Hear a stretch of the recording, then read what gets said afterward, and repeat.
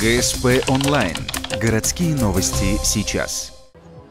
Четверг, 10:30. Площадка напротив главного корпуса УГТУ. Показательные выступления пожарных. Сегодня огнеборцы отмечают свой профессиональный праздник – 366-летие со дня образования.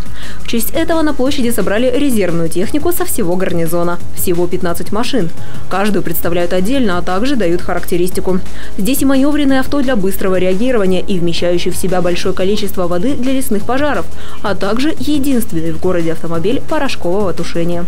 В городе он применяется мало, чаще для тушения электроустановок с большим напряжением, нефтяных месторождений, газовых. Поэтому и стоит на охране «Газпром Переработка».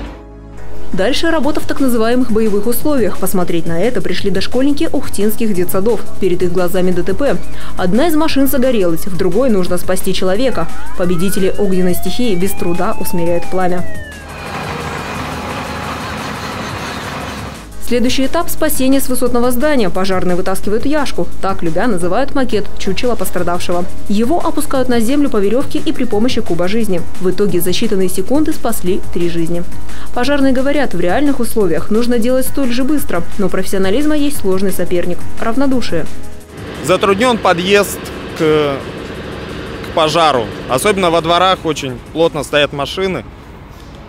Машины, видите, у нас большие, очень трудно подъехать к подъезду, к месту пожара.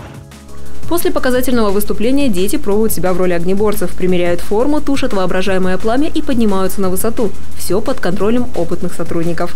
Возможно, теперь малыши будут внимательнее к огню, и нравоучительная фраза «спички – это не игрушка» станет не просто словами.